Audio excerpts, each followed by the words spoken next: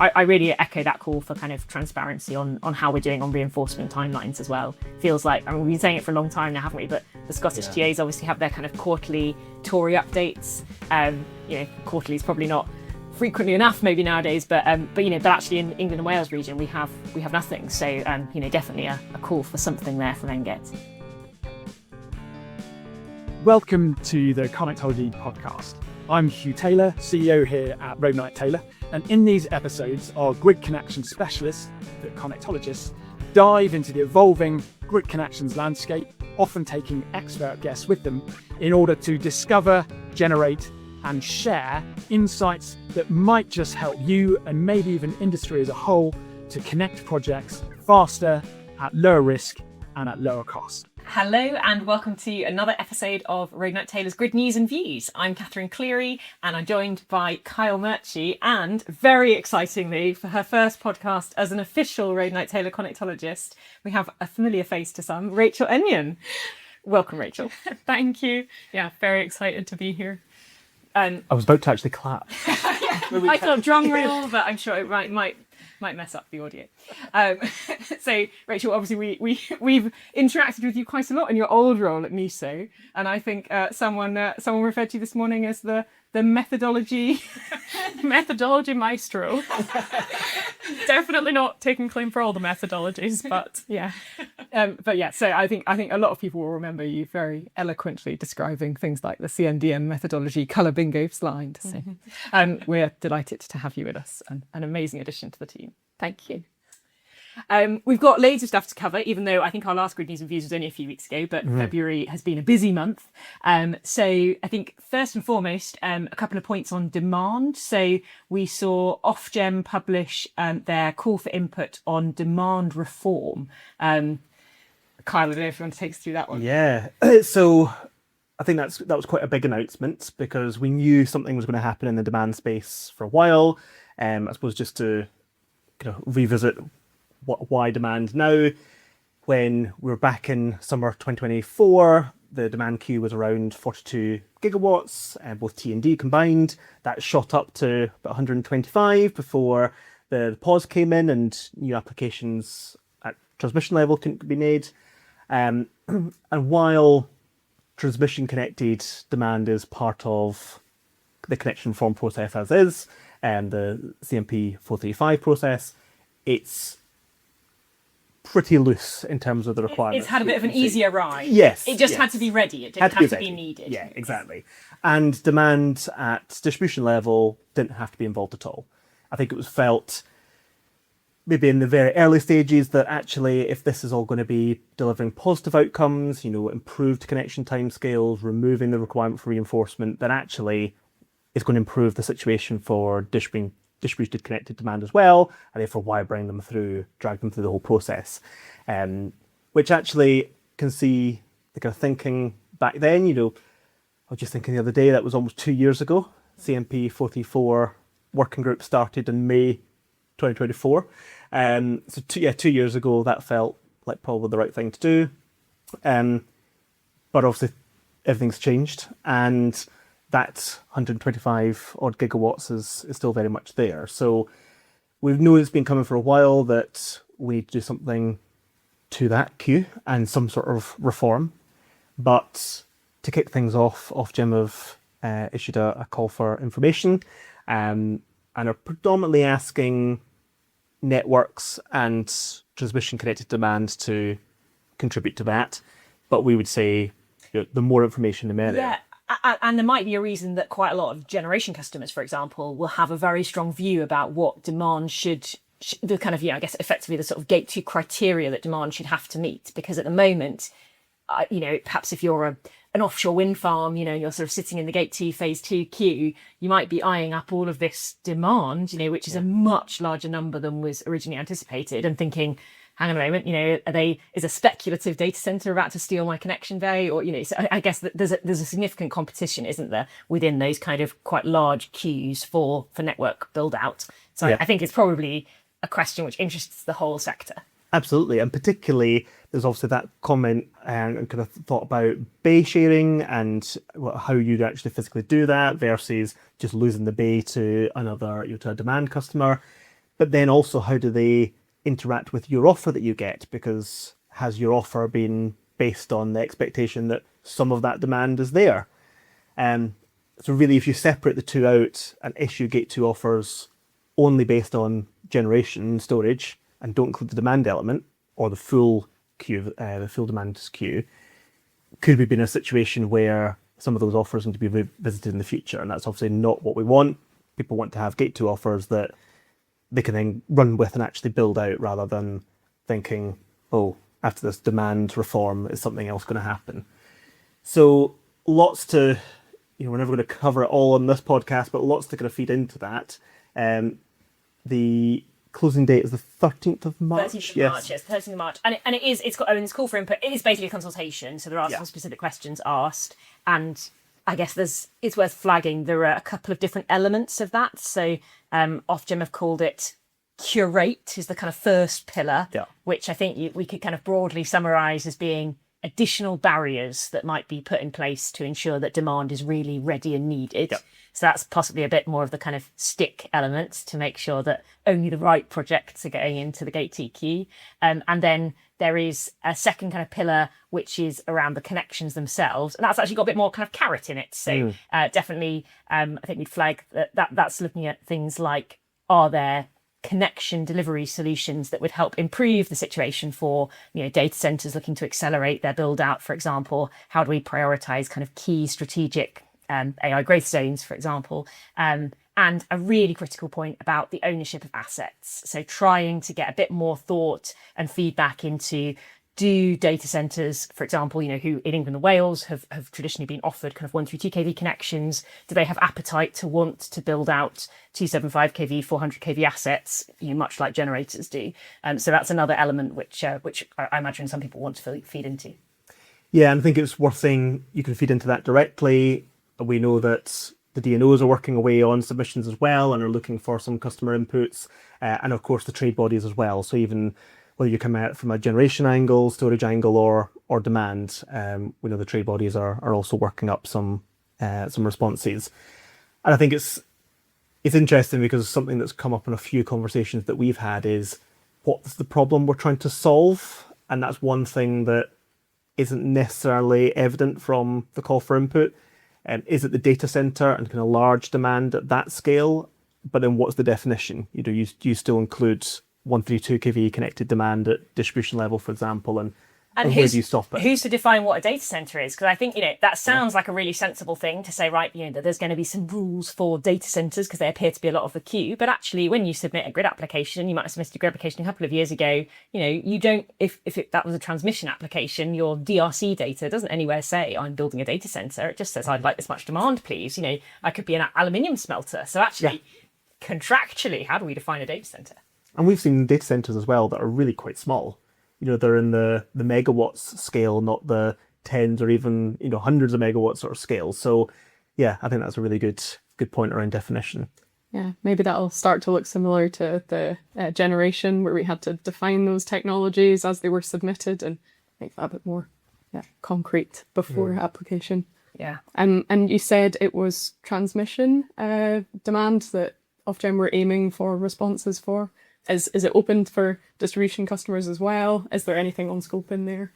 Yeah, and there's nothing that precludes anybody else from putting information in. I can see why it's maybe focused on transmission, because a lot of reform to begin with has obviously been transmission focused.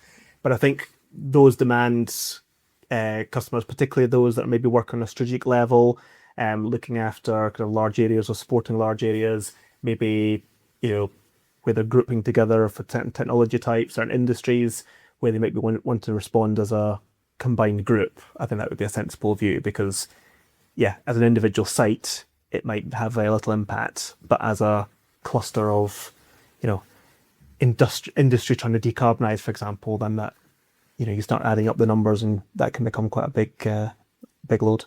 I guess some of the specific proposals in that reform paper at the moment are very tied to transmission. Yes. So some of them are things like extending the PCF, the project commitment fee, which is currently a transmission financial mechanism to demand, looking at things like kind of fixed bond, sort of, again, cancellation charges, and And there's even, it's quite blue sky thinking. There's even reference to, coming up with sort of different tenuous mechanisms or different, sort of quite radical thinking, but I suppose mostly tied to transmission. Yeah, definitely agree. I think the one clause that stood out for me, well, maybe not quite a clause, but one sentence in there that said, this is both transmission and distribution connected demand is in scope. Yeah, okay. So I agree, it's very much focused on coming from a transmission angle, but noting the DNOs are also feeding in, it could quite quickly change its narrative. So good opportunity to get involved.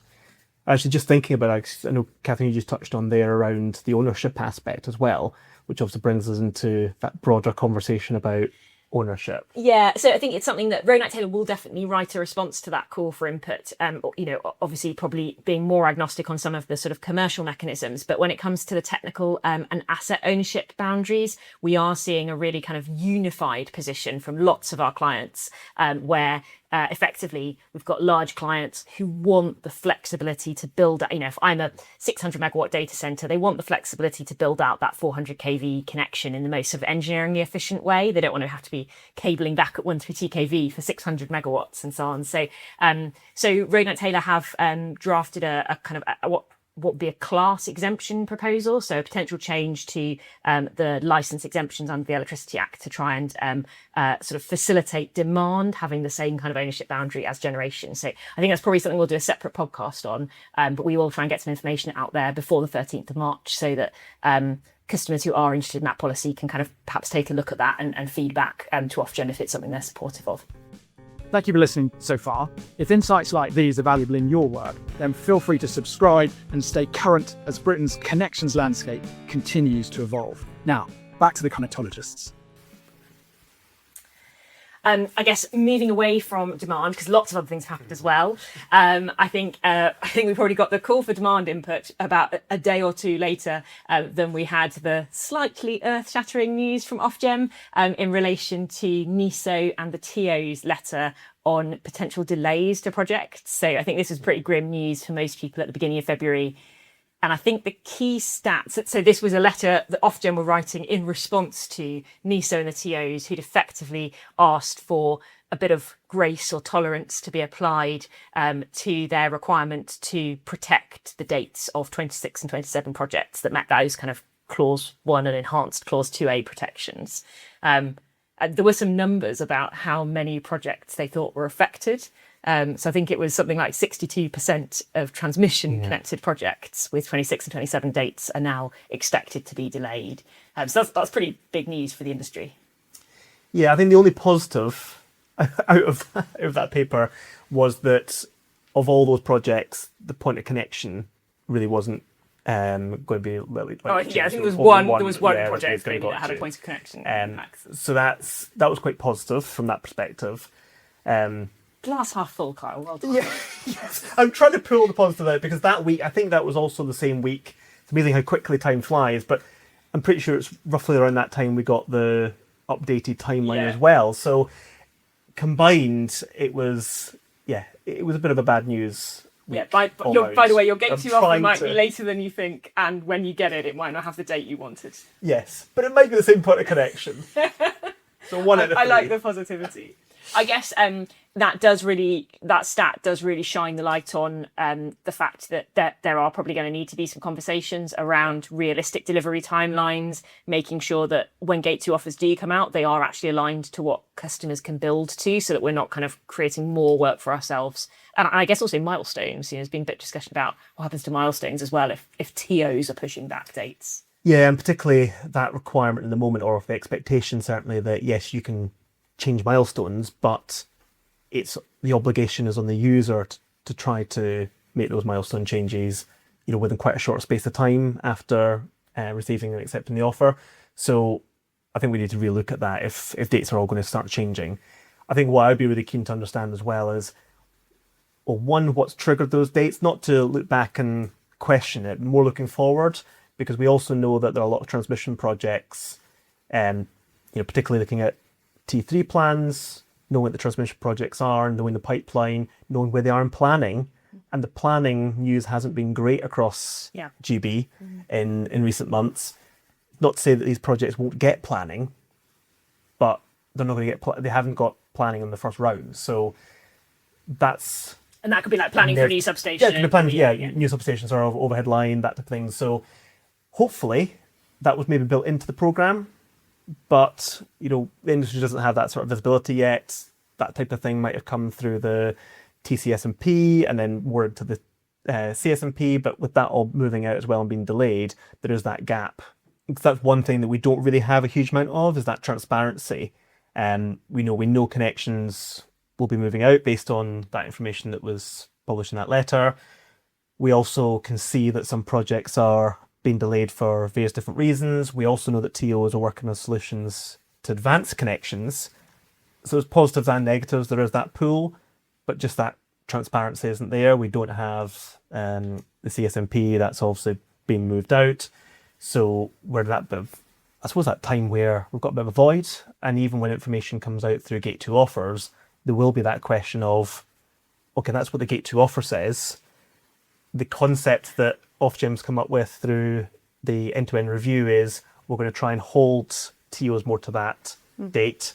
That's not going to come out until really T4 potentially. Yeah, it's not contractually binding. Not contractually binding. Yeah, so we're ending up in this situation where there's lots of positive developments in the future, more information, but that doesn't necessarily help projects in the short term or even the medium term. So I think we do have to close that gap. Do we know if there's anything coming in the interim until these projects see their offers? So it's quite it is an exact percentage if we're saying 62. So that suggests they know exactly which projects. Yeah, so they do know exactly which projects because Ofgem had pushed the TOs quite hard to say, look, we can't really opine on this until you tell us, which projects are affected. That's not a public list, but the TOs have, all three TOs have come out and said that if you are one of those affected projects, they should have already been talking to you. So, those kind of statements are I can see where they come from the TO's perspective. They're actually really not that reassuring for industry because I don't know if you haven't talked to me, I don't know whether that was because you didn't have my contact details or whether because I'm one of these OK projects. So I suppose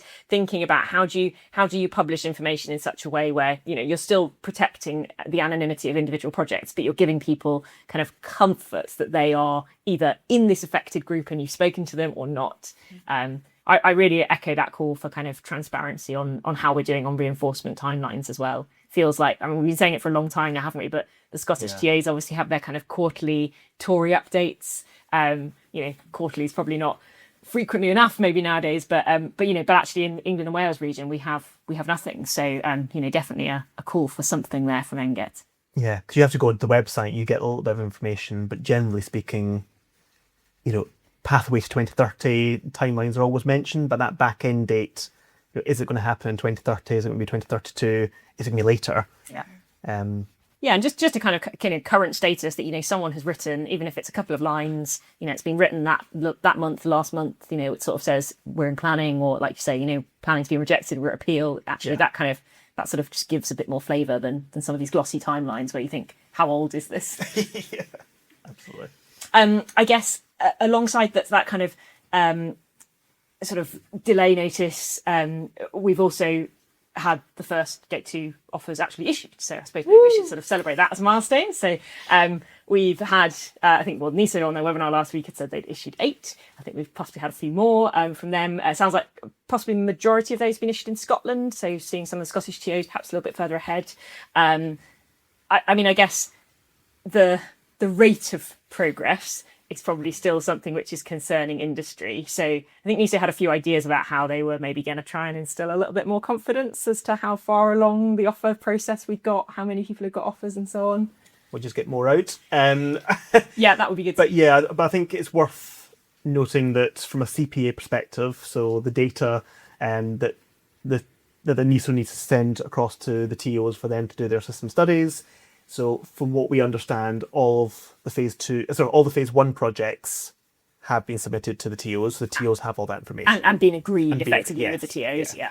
So those studies are either in progress or have already happened, and therefore TOCOs are going from the TOs back to NISO, and that's where the offers are coming from. So I think that's really positive, because if that's the situation, then it might have been a slow start with mentioning 8. We don't want to extrapolate that out because we'll be here for decades before everyone gets an offer. But if that starts to really ramp up over the coming weeks, then that will be a really, again, looking for the positives, that will be a bit of a positive turning point. Phase 2 projects, though, that's still seemingly in the pipeline. So I know that NISO are working away on that. And I believe they're working to the 13th of March To issue CPAs. have all the for phase two. CPAs issued for Phase 2. And then obviously that will then go through the process and be managed by the TOs. Obviously, there's quite a lot to get through, and that's still going to take time. So even if it does come out from NISO in the next couple of weeks, it doesn't mean that offers are going to be turned around instantaneously. It's still going to be a good few weeks for the TOs, and then pass that on to NISO. And NISO have suggested that they would be open to trying to publish a bit more public information to show customers how far along that journey they are, rather than individual projects just having to wait until they get their Gate 2 offer. So I think initially it was being sort of drafted as a barometer. Yes. So we might see a barometer page on the websites that shows whether we're heading for stormy conditions or whether the weather's going to get fairer. Yes. I hope it's better than my grand's barometer, which always stays at stormy conditions and doesn't ever move. Is it in Scotland? It is in Scotland, yes. Yeah. So we'll maybe move the barometer to sunnier climes. So we'll look forward to seeing that. I guess within that kind of phase 1, phase 2, there are still a few pretty big fundamental questions outstanding about where schemes like schemes with staged offers, where they sit in that process, where protected projects with protected dates, but which have got a phase 2 classification. Again, are they sort of expecting their connection dates imminently? Have we had any sort of movement on those? Those questions keep coming up again and again on webinars, but I think we haven't really yet seen answers. No, I think what we have seen through some projects that are in the thick of it and trying to actually connect, where the decision's been made to try to minimise the amount of effort required given the size of the queue and trying to make sure that studies are not being redone for every single stage.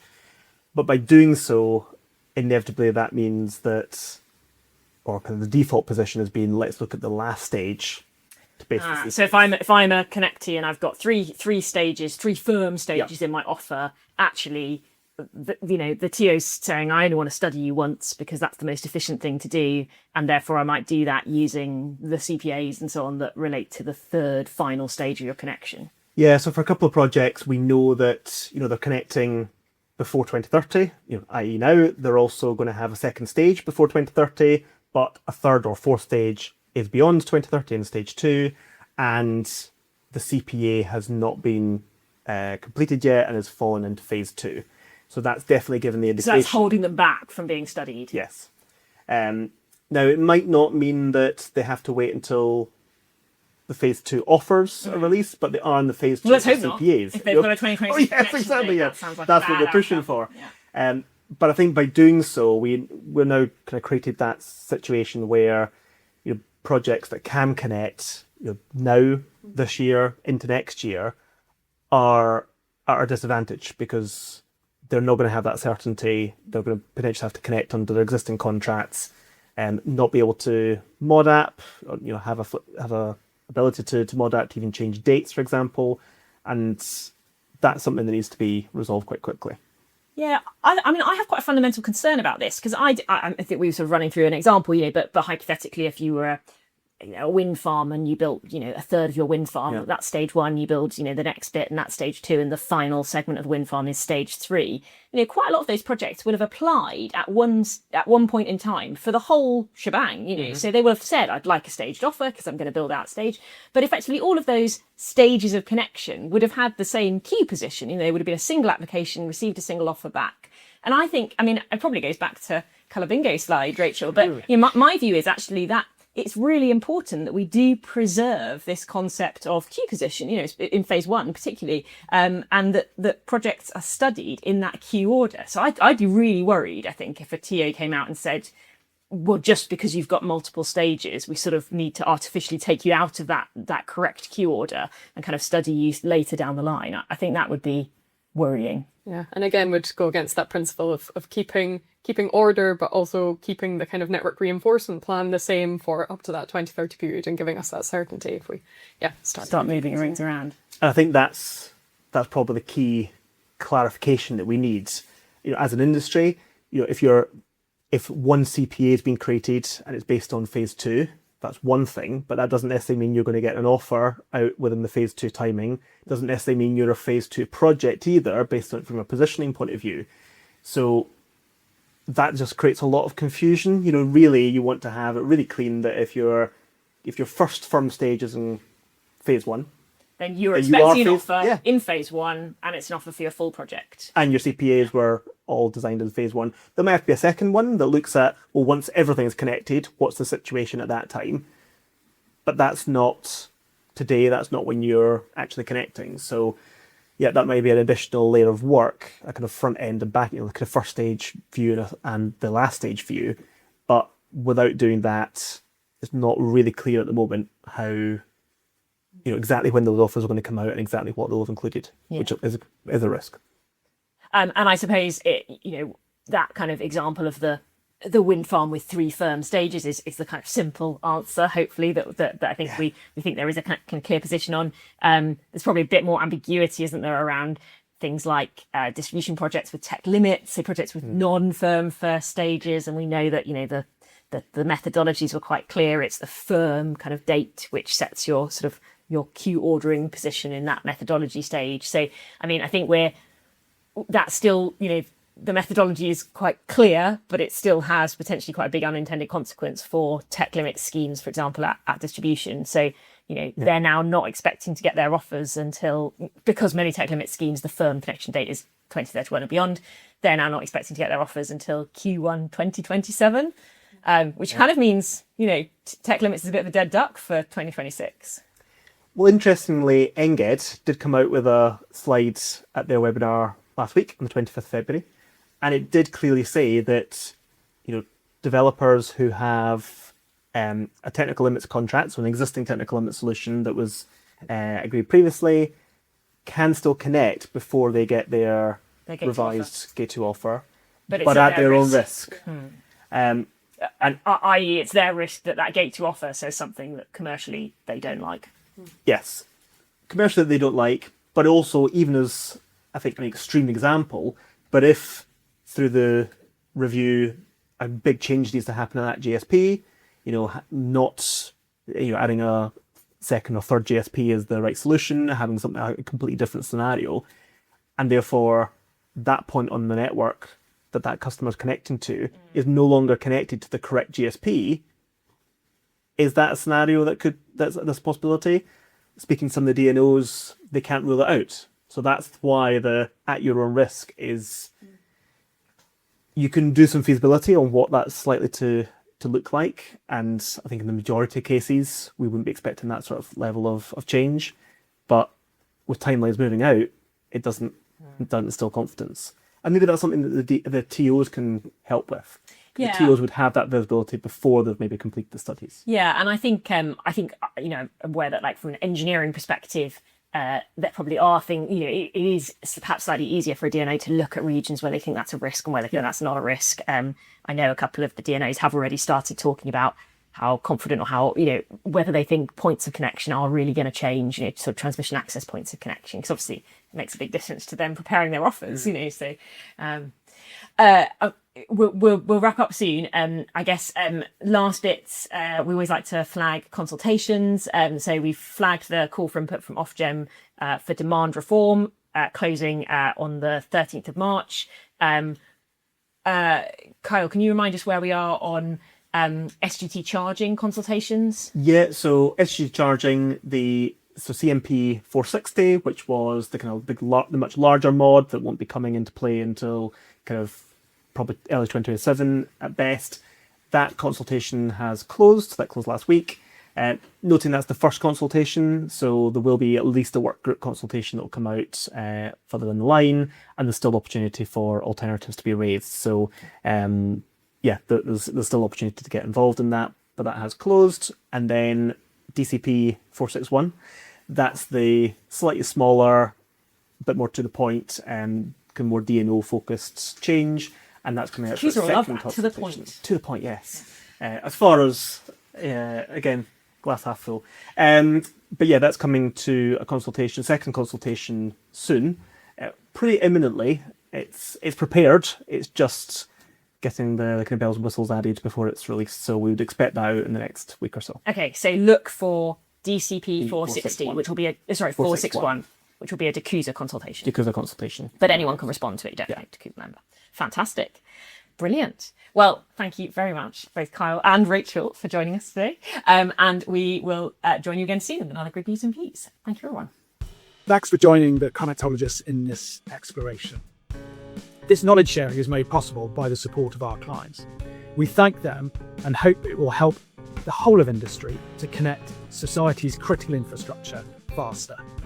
If you found this useful, you're welcome to explore more free insights at roadnighttaylor.co.uk/connectology, or click on the Insights tab at the top of our homepage. Thank you.